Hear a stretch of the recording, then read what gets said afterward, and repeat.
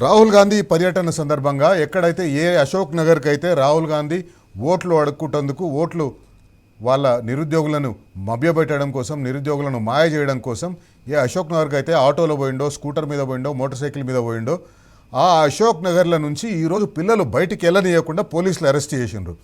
లైబ్రరీలో చదువుకుంటున్న పిల్లలను కూడా అదుపులోకి తీసుకున్నారు.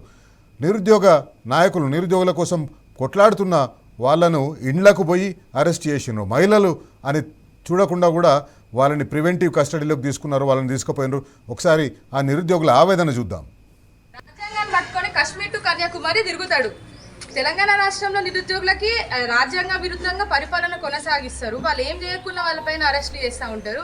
వాళ్ళకి 2 లక్షల ఉద్యోగాలు ఇస్తా అని చెప్పి 2 లక్షల ఉద్యోగాలు, అసలు 60,000 ఉద్యోగాలు కూడా ఇవ్వకుండా ఈరోజు ఇట్లా అక్రమంగా అరెస్ట్ చేస్తే ఇది ఏం సందేశం? ఆ రోజు ఓట్ల కోసం నిరుద్యోగుల దగ్గరికి బిచ్చగానిలాగా వచ్చిండు రాహుల్ గాంధీ. వాళ్ళు ఆ రోజేమో మా కాళ్ళు పట్టుకొని ఓట్లు వేయించుకోండి, ఈరోజు మా జుట్టు పట్టుకుంటున్నాడు.